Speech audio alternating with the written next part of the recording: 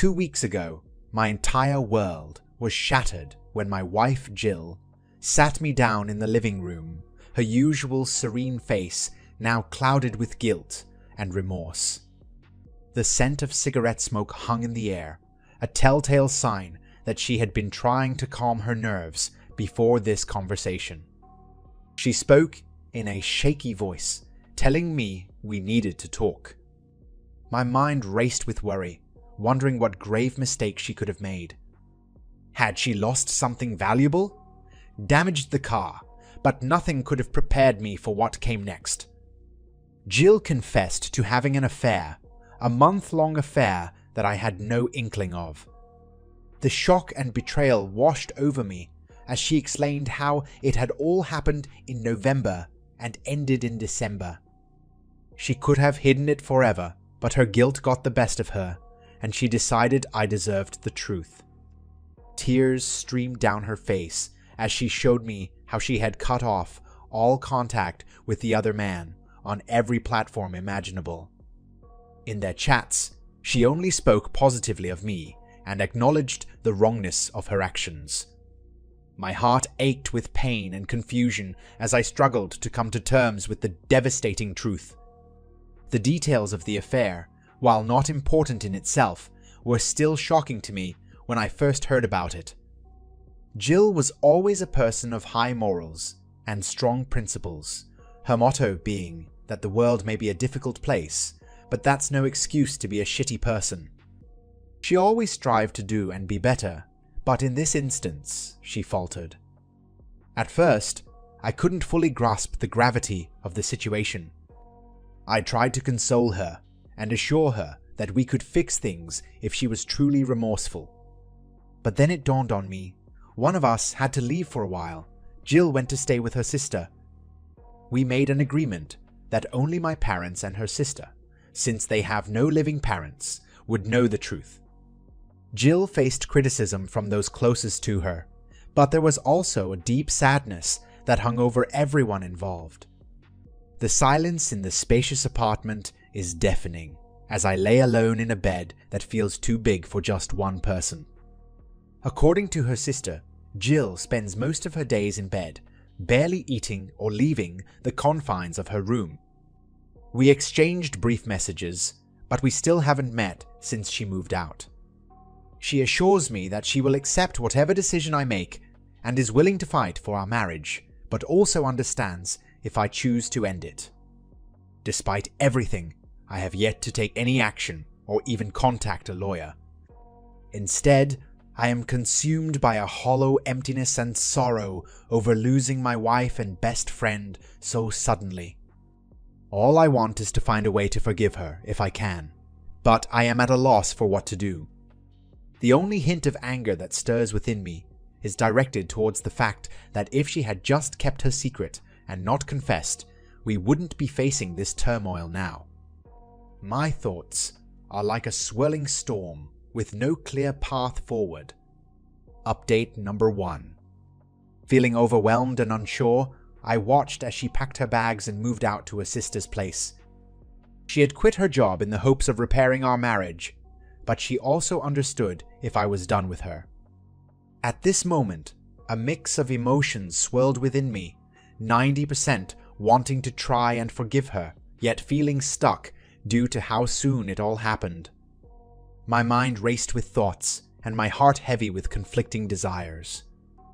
Jill was a woman whom I had always admired for her unwavering moral compass and strong sense of right and wrong. Her motto, "The world being a shitty place is no excuse to be a shitty person," resonated with me deeply. But this time, something had changed. Jill seemed to lack the strength or willpower to live up to her own standards. It pained me to discover that she had been engaging in an affair for over a month, 7 times, to be exact. And yet, she still came home and kissed me with those same lips, making love to me as if I were the only one. This was not the Jill I thought I knew, the one who always held herself to a higher standard. It was difficult to reconcile this new version of her with the person I had respected for so long. Despite the potential to keep her actions hidden, she chose to come forward and confess everything. Her words carried a sense of remorse and regret as she acknowledged the inexcusable nature of her behavior and accepted the consequences that would follow. She admitted that her actions were driven by a primal desire for sexual thrill, but she was unable to stop herself before it became too late. In an attempt to make amends, she offered numerous concessions, allowing me to sleep with other women, giving up her right to privacy, and always being available for my sexual needs. However, I found no satisfaction in these proposed compromises. I couldn't bear to see her continue to degrade herself in such a way. As I begin to piece together a plan for moving forward, I seek advice and guidance on how best to navigate this complex situation. Any suggestions or corrections are greatly appreciated. I will have a serious conversation with Jill, making sure she understands the gravity of her actions. I need two things from her: a thorough and honest confession, and a concrete plan for how she will make it up to me. This plan must include measurable steps, not just empty promises like "you can sleep with anyone you want," or "I'll never do it again."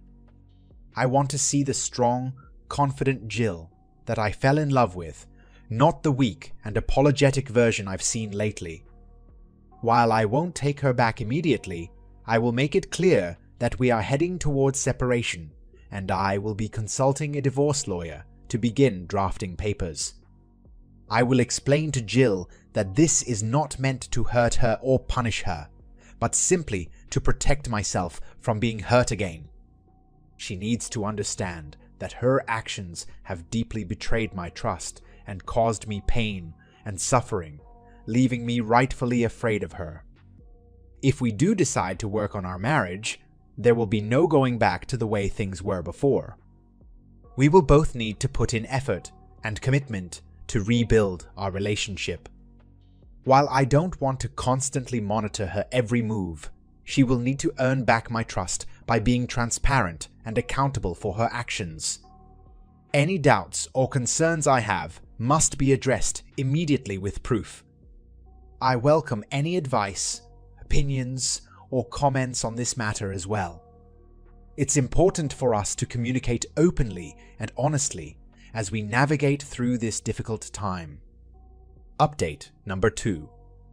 After carefully considering all the helpful advice I received on this platform, I mustered up the courage to call her. My feelings were in turmoil. Part of me longed for her and missed her deeply, while another part cautioned that seeing her again may only reopen fresh wounds. But ultimately, I decided to take action and get the ball rolling. As soon as she answered the phone, her voice flooded my ears like a soothing melody. She sounded overjoyed and on the verge of tears at the same time. The sound of her voice shook me to my core, but I managed to compose myself and replied that I was equally happy to hear from her. We engaged in some awkward small talk, with her persistently asking how I was doing. Finally, I mustered up the courage to ask if she would be willing to meet in person this Saturday, exactly 3 weeks after D-Day, preferably at her sister's house if she agreed. To my relief, her sister gave her approval. Before ending the call, Jill couldn't help but nervously ask if she had any reason to worry. A faint smile tugged at my lips as I heard the question asked in such an innocent and childlike tone. With gentle reassurance, I simply told her that I wanted her to feel calm and at peace until our meeting. I didn't want to discuss it over the phone, but I wanted her to have faith in our future together. She deflated visibly, her shoulders slumping as she accepted my request. I could see the weight of our conversation settling on her like a heavy cloak. With a sigh, she agreed to write down her account of the affair and her thoughts and ideas for repairing our relationship. I stressed the importance of serious, concrete proposals, urging her not to make any desperate attempts to win me back. She could work on this before our meeting on Saturday or by next week at the latest. I encouraged her to add anything she felt would strengthen her case. And suddenly, there was a shift in her tone. The sound of hope seeped into her voice, and I could sense a smile forming on her lips. Our conversation ended on a slightly more optimistic note as she assured me of her love and apologized once again for hurting me. Later, her sister contacted me and shared that after our call, my wife had been hyperventilating, laughing, and crying all at once. But eventually, she calmed herself down and retreated to her room. Mixed emotions swirl inside me as I try to process everything. Part of me feels hopeful that we can work through this, but there is also apprehension lingering in the back of my mind. Despite this glimmer of hope, I know that I still need to go lawyer shopping and consider drafting divorce papers. I'll also advise Jill to have legal counsel ready just in case things don't go according to plan. I am not yet ready for her to move back in. Even if and when she does, we will have separate sleeping spaces. I want to make it clear that my intention is not to hurt her, but rather to protect myself. I do still love her, and I believe she loves me as well, but the emotional, psychological, and sexual abuse she inflicted on me cannot be ignored. If she is truly the woman I believed her to be, or if there is even a small part of that person left inside her, then she will understand and accept my need for boundaries. Despite everything that has happened, I hold on to hope that we will find a way to make things right in the end. Whether that means staying together or going our separate ways, only time will tell. Update number 3. After 3 agonizing weeks of waiting, I finally agreed to meet her today. Following some advice I had received, I asked her to provide a handwritten account of her infidelity, a list of proposals for working through our situation, and any other information she thought might help our case. We decided to meet at her sister's place, as a neutral ground, with her sister in the next room, just in case things got too emotional. As soon as I saw Jill, my heart skipped a beat. Despite the pale complexion and red eyes from all the crying, she had put herself together well. She even commented that I looked good too, and asked for a hug, which I hesitantly gave. Then we got down to business. First, we read through the 9 handwritten pages detailing her affair. Each word felt like a punch to my gut, but I knew I needed to hear it. She signed it and allowed me to keep it as proof of her betrayal. A wave of brutality washed over me as she poured out her confession. Every detail was laid bare. The beginnings, the actions, the methods used, and even how she returned to me afterwards. Some passages held a cold clinical tone, while others were filled with deep introspection and self-awareness. There were moments of apologetic remorse and others that reeked of smug satisfaction. And for the first time, I saw a darkness inside her that I had never glimpsed before. She admitted to not enjoying hurting me, but also confessed to taking pleasure in her own actions, despite knowing they caused me pain.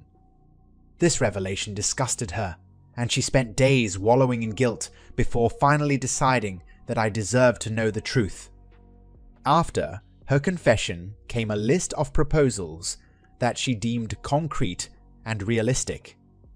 She promised to provide information whenever she had doubts about something, offer proof to back up her words, wait for me outside of work, accompany me during random errands, and be accountable for her whereabouts at all times. She made it clear that everything was at my discretion, and if I wanted stricter restrictions, she would accept them without question. I explained to her that while I didn't want to be her jailer, if we were to continue our relationship, she would have to be on a short leash for some time. Trust would have to be earned back, bit by bit. I then explained my plan. carefully choosing my words as I sat across from her at the kitchen table. The sunlight streaming in through the window lit up her tear-stained cheeks, giving them an ethereal glow. She looked like she was about to cry again, but instead she closed her eyes and hung her head in defeat. I told her that, despite everything, I still planned on seeking legal counsel and drafting divorce papers. Her eyes snapped open, and fear flickered across her face before she quickly composed herself. She nodded, understanding the gravity of the situation. I made it clear that she needed to seek therapy and that it would be on her own dime. We would also need to separate for a while, and if her sister could provide a place for her to stay, great. If not, she would have to find her own accommodations. Jill agreed, resignation evident in her voice. She turned to me with watery eyes and said, "You don't deserve any of this. You deserve someone who won't betray you like I did. Someone who makes you happy like you make them." I couldn't argue with her words, but I knew it would be best to end the meeting before my emotions got the better of me. We parted ways with those heavy thoughts hanging in the air between us. I reassured her that whatever happened, it wouldn't be the end of the world. She meekly countered that it would be the end of hers. It was a sobering realization for both of us. As we said our goodbyes, she asked for another hug, which I gave without hesitation. In a quiet whisper, she told me that no matter what happens, she will always love me and is deeply sorry for what she did. On my way out, I made small talk with her sister, whom I'll refer to as Kiara, who had been waiting patiently on the stairs. As we walked, her ears caught snippets of our conversation, and I condensed it for her. She nodded thoughtfully, acknowledging that she found my summary to be fair. However, she couldn't help but agree with Jill's viewpoint, that I did not deserve this treatment, and that there were plenty of faithful women who would give anything to be with me. Swiftly, she added that the Jill she used to look up to as a big sister was no longer present, replaced by someone she could only feel pity and love towards, but not respect. With a gentle tone, she expressed admiration for my attempts at handling everything calmly and trying to find a resolution. But if I allowed myself to be taken advantage of by Jill, if her apologies were insincere, that respect would quickly dissipate. And if things escalated, and I sought out another partner, she admitted that even she may lose respect for me and choose to leave. That's where we stand now in our relationship. Update number 4. This coming Monday, I will be meeting with a divorce lawyer to explore the possibility of ending our marriage. My soon-to-be ex-wife is aware of my plans, but I have also made it clear that I am not ready to file for divorce just yet. There are still things for me to sort out and consider before making such a decision. Despite the turmoil in our relationship, she has been surprisingly cooperative and eager to make things right. I can sense her genuine remorse and regret for what she has done to me. She has respected my request for separation and has even taken steps to seek therapy for herself. In an effort to show her sincerity, she has provided me with a written confession detailing her affair, along with her proposals to save our marriage and make amends for her actions. As we move towards a potential divorce, there is a bittersweet mix of emotions between us, anger and hurt, but also love and sadness at the thought of parting ways after all these years together. Despite the pain it brings, I cannot deny the sincerity in her actions and words. Today, she took the initiative to gather numerous photos of us together, some dating back as far as 2012, and shared them on her social media platforms, Facebook and Instagram. I couldn't help but reach out to her about this sudden display, and she responded by saying that she felt compelled to do so, but would remove them if it caused me any discomfort. A part of me believes she did it to show off to her new love interest, but I cannot be certain. In a moment of vulnerability, I allowed her to keep the photos up. As much as it may hurt, I cannot bring myself to erase those precious memories from her online presence. The images serve as a reminder of what once was, and despite everything that has transpired between us, they hold a special place in my heart. Update number 5. Emotions swirl through me, but anger is not one of them. I try to muster it up, but it's like trying to light a damp match. Instead, a heavy sadness settles in my chest, mixed with regret and a sense of emptiness. It's as if all the warmth and color have been drained from my being. I observe her actions carefully, analyzing whether she truly means what she says, or if it's just empty promises. But there is a part of me that wants to believe her, that desperately hopes for reconciliation. She is making an effort, being proactive, and genuinely apologetic. She gives me space, but also reminds me that she is not giving up on us. I am torn between wanting to push her away and wanting to hold on to any shred of love we had left. Things are slowly getting better, but the hollowness lingers. I can't help but wonder if she would feel better if I expressed my anger towards her in a physical way, but that's just not who I am. I could never bring myself to hurt her, no matter how much she may deserve it. In her own words, she wishes I would snap at her or destroy something in a fit of rage. But I know deep down that I will never be capable of such actions towards someone I once loved so deeply. Update number 6. I fulfilled her birthday wish and attended the celebration, though it was far from grand. The atmosphere was rather bleak, with only her sister and myself in attendance to commemorate her special day. As we spoke, I broached the topic of her moving back in with me. Her face lit up at the thought, proclaiming it would be the best gift she could ever receive. However, I remained firm in my decision to decline this offer. Deep down, I knew it was more for my own sake than hers. After all, she had thrown away our 10-year relationship without a second thought. I insisted on taking time to see if I could trust and love this new version of her before considering reconciliation. She understood my point of view and agreed to start off by occupying the spare home office room instead of sharing a bed or bedroom with me immediately. It wasn't a large room, but it wasn't cramped either. She accepted this arrangement and even proposed that we schedule visits to my bedroom in hopes of rebuilding intimacy between us.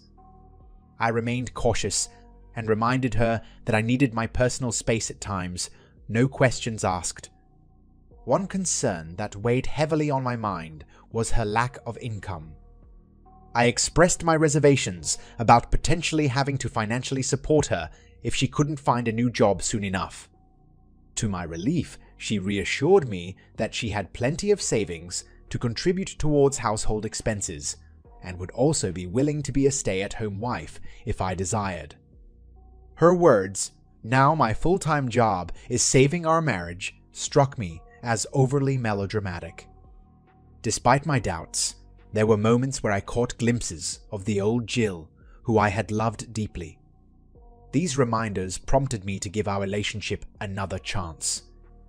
Though uncertain of how things will turn out, deep down, I hope this decision won't lead to future regrets. Update number 7. Last week, she was given the chance to come back, and she eagerly jumped at the opportunity. Now, she sleeps in the spare room, her presence filling the house with both familiarity and a sense of longing for what once was.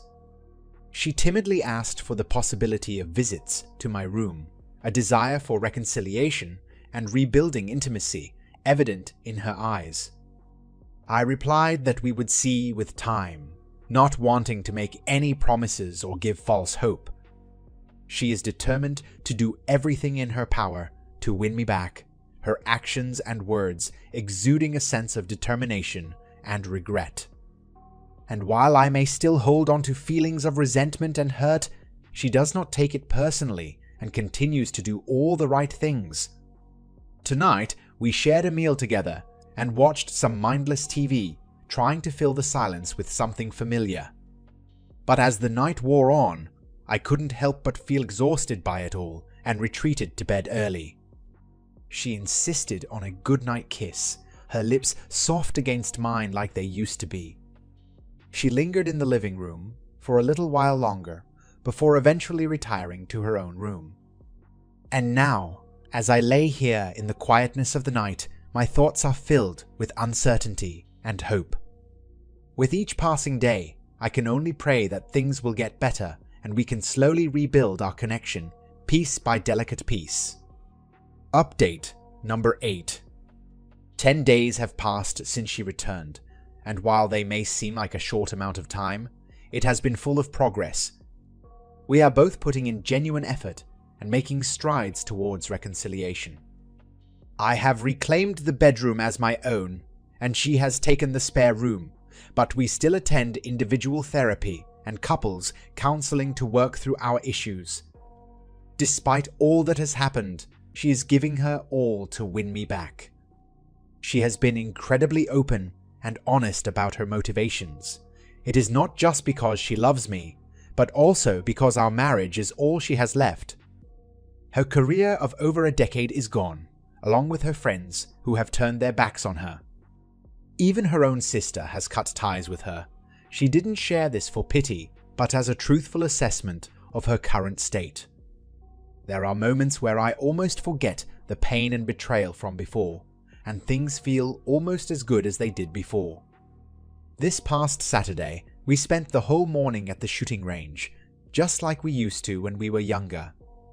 It was such a simple activity, but we both had a blast, and it felt like we hadn't had that much fun in months. Occasionally, she makes subtle advances towards me, whether it's lingering in the shower or changing into light summer pajamas. She also enjoys snuggling up to me and resting her head on my lap while we watch shows on Netflix. Today, when I arrived home from work, she surprised me with an expensive designer watch. As I inspected it, I couldn't help but notice its hefty price tag of €600. Grateful for the gesture, I expressed my discomfort with her spending so much money on me. However, she assured me that her finances were not a concern and that making me happy was worth the cost. For now, I've left the watch in its box and am unsure if I'll ever wear it. It almost feels like a reversal of roles, with the woman buying extravagant gifts to make up for any mistakes made by the man. Thankfully, she understood my hesitation and took no offense. Instead, she simply suggested we return it and find something else that I would enjoy wearing. Despite my reluctance to accept such an expensive gift, her thoughtfulness and understanding only confirmed why I fell in love with her in the first place. Update number 9. Both Wayward Wife and I are owners of firearms. In the midst of her confession about the affair and her subsequent departure to her sister's house, she asked to take her pistol, a gift from me years ago. However, I denied her request due to her heightened emotions and her sister's aversion to guns in her home. At the time, I was simply acting with caution, but today she revealed that if I had allowed her to take it, she most likely would have fired herself. This new information caught me off guard and stirred up conflicting feelings within me. She reassured me that I do not need to worry anymore, even if things do not work out between us, because she is no longer in the same mental state as before.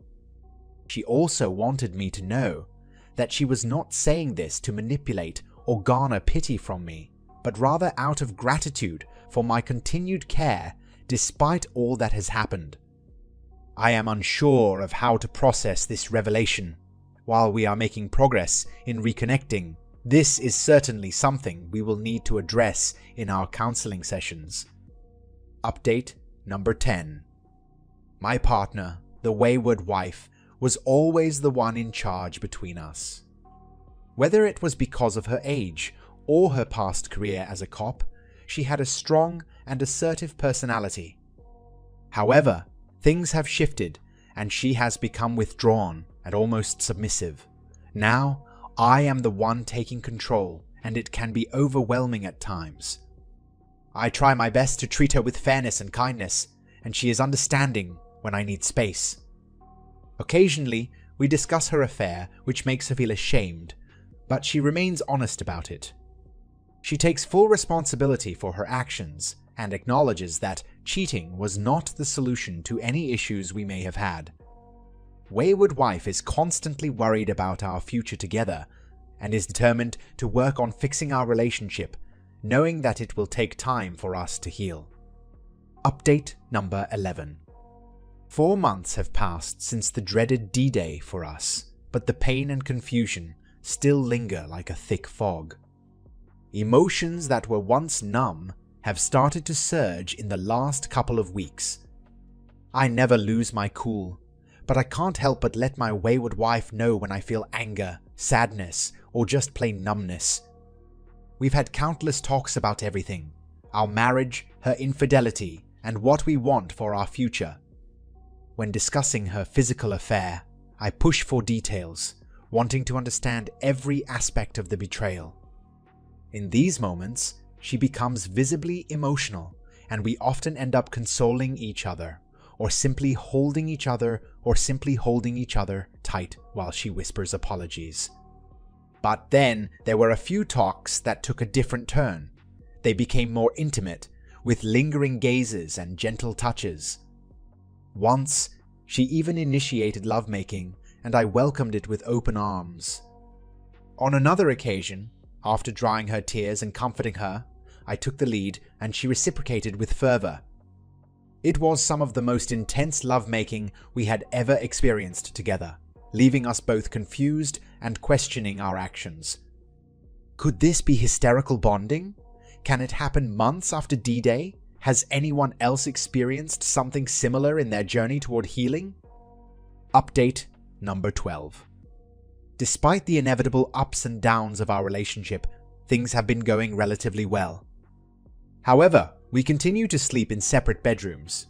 I occupy our familiar old bedroom, while she takes refuge in the spare room. Occasionally, after moments of intimacy, she will fall asleep beside me in our bed. But after an hour or so, she stirs awake and retreats back to her own room. Last night was different. She came into my room, gently awakening me from my slumber. With a small voice full of longing, she asked if just for tonight she could share my bed because she was feeling particularly lonely and unable to sleep. I agreed, on the condition of it being a one-time occurrence. Part of me is still uncertain about the decision, but I am contemplating the possibility of allowing her to permanently return to sleeping in our bed. Update number 13. On our end, things are gradually improving. My wayward wife has been working diligently towards rebuilding her relationships with my parents and sister. The tension that once filled the air is slowly dissipating, and although things may never be quite the same as before, they are becoming cordial. As my birthday approaches, wayward wife has expressed a desire to plan a dinner and gathering with our friends and family. She wants to handle all the details and make the necessary arrangements. Our social circle is aware of what transpired between us, but thankfully, most have handled it with grace and respect towards wayward wife. She is determined to repair any damaged connections and show people that we are still together, united as a couple. I am touched by her efforts, and she says it's the least she can do for me after everything I've been through since D-Day. In fact, she admits that her feelings for me have only grown stronger during this difficult time, as if she has fallen in love with me all over again. This is the last update to this story. The path of reconciliation is a long one and requires trust on both sides. If you have made it this far, remember to like and subscribe to my channel for more daily real-life stories.